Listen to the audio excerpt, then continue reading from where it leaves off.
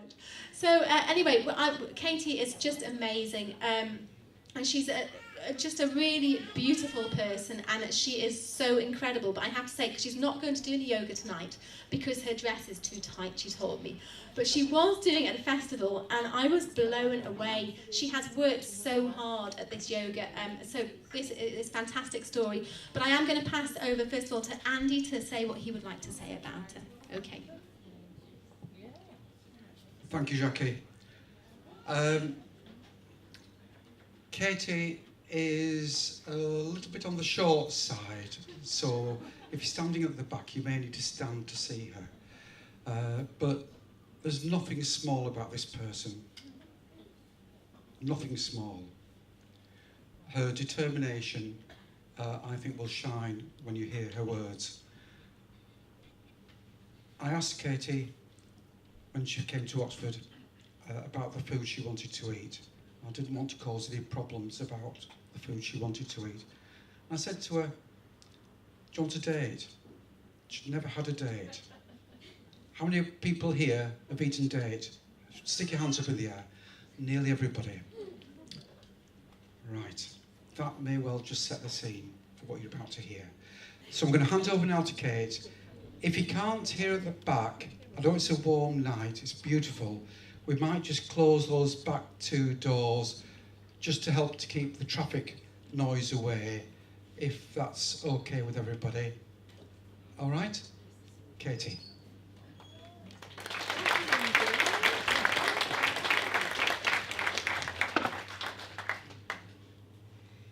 Well, good evening, everybody. First of all, I just want to say how absolutely excited I am to be here tonight. I have been looking forward to this trip for over like 6 months, and been counting down the days every day. Thank you so much, Jackie, for hosting this event and for putting all this together. You're a huge inspiration to me, as well as you, Andy. So thank you. So tonight, basically, I just want to share a message of hope and of healing. I believe that there is so much hope for those of us with rheumatoid arthritis and other chronic autoimmune diseases. It doesn't matter if you've been diagnosed a month ago, a year ago, or your whole life, like myself. One of my favorite quotes is, "You're never too old, too sick, too bad, too late to start over again." And that's basically my story. So my name is Katy Hoogendam. I am 27 years old, and I come from Portland, Oregon. At 10 months old, I showed the first signs of juvenile rheumatoid arthritis, and before my first birthday, I was diagnosed with this destructive and debilitating autoimmune disease. I grew up having to learn to live with chronic pain, stiffness, immobility, hospital visits, multiple operations, depression, and just an overall hopelessness and fear of my future. I thought that I would never get better, that it was just going to get worse. Eventually I'd be wheelchair bound, things that honestly no child should have to grow up thinking and feeling. But even then, no matter how bad things got, I kept pushing through and never gave up. And deep down, I just knew there had to be another way. There had to be a way out, and I just kept praying and just looking for that vehicle and the vehicle to get me there. And after 26 years, in January 2017, I found that vehicle, and I found my way out, and I've honestly not looked back since.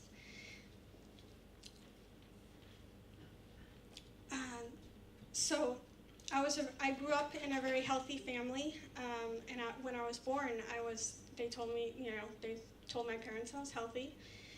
My mom breastfed me, and when I was able to eat solid foods, most of it consisted of homemade cooked meals and fruits and veggies.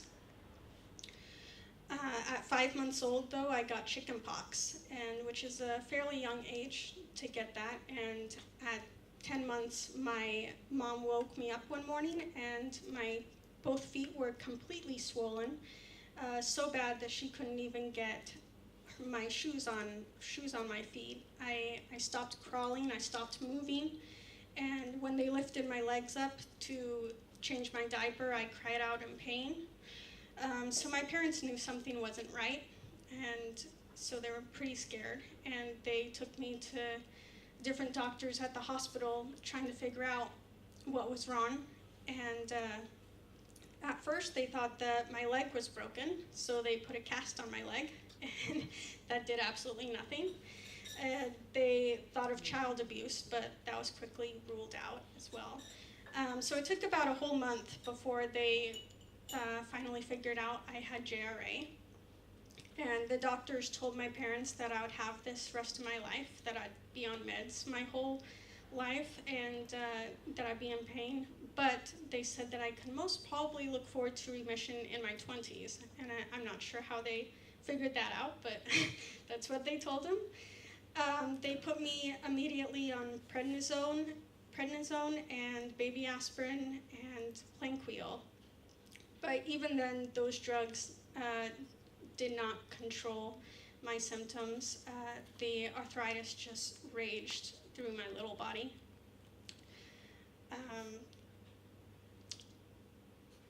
At 1 year old, I was referred to a pediatric rheumatologist, and he immediately took me off of the Plainquil, saying that babies shouldn't be on it as they can affect the eyes, and a baby can't tell you that. At 5 years, he put me on methotrexate, which I took for a total of 12 years. It's a previously known as a cancer drug. And then also at 1 year old, I was diagnosed with uveitis, which is inflammation of the fluid in the eyes, and the drops that they used to control this disease actually caused glaucoma and then cataracts. So throughout my life, I've had both of my corneas replaced, and I've had a total of 12 surgeries, 9 of those my eyes, 2 of them my ears, and just recently a total knee replacement just in March this year. So I had monthly blood tests taken once I was on the methotrexate to keep tabs on my SED rate, my CRP, my liver functions. My favorite part of that was getting the free ice cream cone at the end. So up until I was 3, I could not walk on my own, so I had to use a walker. And even in kindergarten and preschool, I still had to have my walker nearby in case for long distance walking, which for me, long distance was not very far at all. For years, I went to physical therapy 3 to 4 times a week, and they put different leg braces on me, ankle braces, wrist braces to keep my joints straight. And the worst part was the leg braces, because I had to wear them at night to keep my legs from contractures, and it actually caused me more pain because just keeping my legs still was more painful for me, and I couldn't sleep well. But it was hard to communicate. It was hard to communicate my feelings and communicate that to my doctors as well as my parents. And as a child, just the fact I didn't really understand what was going on with myself, and then so trying to explain that to my parents when you don't really understand it yourself is extremely difficult and confusing. I had a lot of questions going on in my head, like why, like what is going on, and like why can my sister jump out of bed in the morning and I have to crawl out of bed? So a lot of the time with these leg braces, I would end up loosening them during the night so that I could sleep regularly. But the next morning I would pay for that because my legs would be stuck. So I would crawl on my hands and knees to the bathtub and soak in the water, in the hot water, until my joints loosened up enough to walk. And even when I needed to use the restroom in the middle of the night, sometimes it was too painful to crawl, so I would either wet my bed or pee in my guinea pig's cage that was nearby. My parents were not too happy about that. I remember hating my methotrexate pills growing up. I had a hard time swallowing, which I've always had a hard time swallowing pills, but back then it was a lot harder. So my mom would end up she'd crush the methotrexate pills and put them in a spoonful of milk, sugar. She tried chocolate sauce, multiple different things, but they all just made me want to vomit. And a lot of the time it would just come right back up. So my mom would just keep crushing more and crush more and crush more until it finally settled in my tummy. I also had a hard time with constipation. Has always been a huge issue for me. My mom would try parade prunes and suppositories and finally straight mineral oil to help.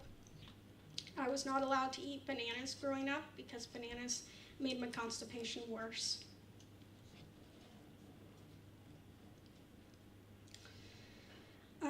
Kindergarten and preschool, I don't have too many memories of that. I do remember feeling small and like everybody else just towered above me. I remember one time there was a race around the track with all the other schoolmates, and I remember enjoying running, but afterwards limping really, really bad. And my teacher at the end, she handed out these t-shirts, and so it fit everybody else except for little me. My t-shirt went down past my knees, and all the other kids laughed at me and teased me about it, and I remember feeling ashamed and feeling like I wanted to hide from everybody. Another time I felt different at school was taking the school bus. At the beginning, I would take it with my sister, who was 2 years older than me. But even after a while, just taking the first step onto the school bus was too hard. So my parents got a handicapped, called a short bus, to come directly to my door and pick me up and take me to school. And even though that was easier for me, I felt very lonely because I had the very two friends that I had in kindergarten, I could no longer ride the bus with. So I felt very alone. I also, during kindergarten, I had speech therapy each week to focus on articulation and language, which I guess is not uncommon for children who have a lack of immobility at a young age, as exploring their world is limited when developing associations of objects and firsthand experience. I ended up repeating kindergarten because of my lack of general development, as well as I was just behind. After that, my parents took me, as well as my oldest sister Ashley, out and homeschooled us. I was homeschooled up to 10th grade and then finished out to graduation at a private Christian school. Being homeschooled was a blessing, as I was able to move around and sit down and stand up whenever I wanted to. Most of my social life was at church, but even then I spent most of my time with my sisters or with my parents, and stayed with my sisters. Imaginary friends were huge, and also talking to God was also my only friend.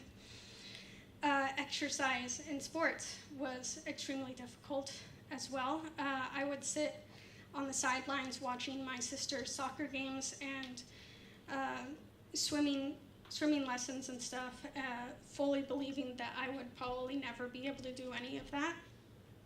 When I was 12, my mom put me in a ballet class for a year, but it became too stiff. My feet were way too stiff, and it was very painful and hard. And then I also tried swimming, but I was also too stiff. My arms and my shoulders and my feet were too hard for that. I enjoyed just playing in the water as long as my feet were touching the floor. So while my sisters were out playing with friends and such, I was by myself playing outside in the yard, making mud soup and eating it, riding my bike on good days, and playing with my imaginary friends and watching movies.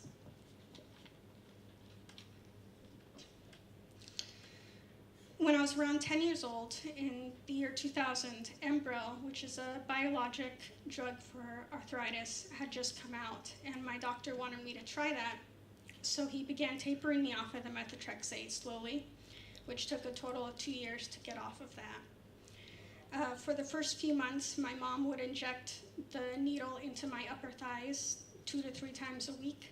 And but a few months after that, I was like, Mom, I want to do it myself. So I started doing it, and I've been doing it to myself ever since. A few years later, I could take the whole dose just once a week, which was a little bit easier for me. The Enbrel helped a lot more than the methotrexate did. My morning stiffness was reduced, and I was much more mobile. But the pain never went away. The pain stayed the same. In 2005, I went on a family trip with my family to a charity that distributes food worldwide. We volunteered along with people from my church, packaging food 5 hours a day for 5 days. And though there were breaks and group activities to make it fun, for me it was not so fun. I was not used to standing on my feet for that long, and so within the first day or so, I would be limping from the second I got out of bed to the second I went into bed. I would go into the shower stall and sit on the floor and cry. I remember just being in so much pain, and I didn't know what to do about it. I couldn't just go home. I was in really misery. I was too embarrassed to tell anyone how I was feeling. So I wanted so badly to be normal, just like the other kids from my church, that I just pushed through the pain with a smile on my face and continued to work until we got home. During that week, I felt lonely, depressed, and angry at myself, and fatigued. It was the worst pain that I remember feeling so far. In 2008, my junior year, my parents and I decided to enroll me in a private Christian school nearby our house. At first, I was very nervous, as it had been years since I had been in that type of environment. But it turned out to be a great experience, and met many new friends that were accepting of me and invited me out to movies and trips to the mall and sleepovers, things that I had never done before outside of the family. I was very successful there and graduated in 2010. Growing up, I had assumed that I was never going to be able to work at a job, so I never really thought about what career I wanted or anything like that. But with the encouragement of my family and friends, I started going to a local community college and started out as a part-time dietary aide at a retirement home, which soon turned into full-time. My job was similar to a waitress, but for the elderly. And this turned out to be just like that charity event all over again. Halfway through my shifts, I would start to limp. When my coworkers weren't watching me, I would grab onto the walls to help take the weight off of my feet. I would often take my breaks in the bathroom and sit on the floor and cry. But then again, I didn't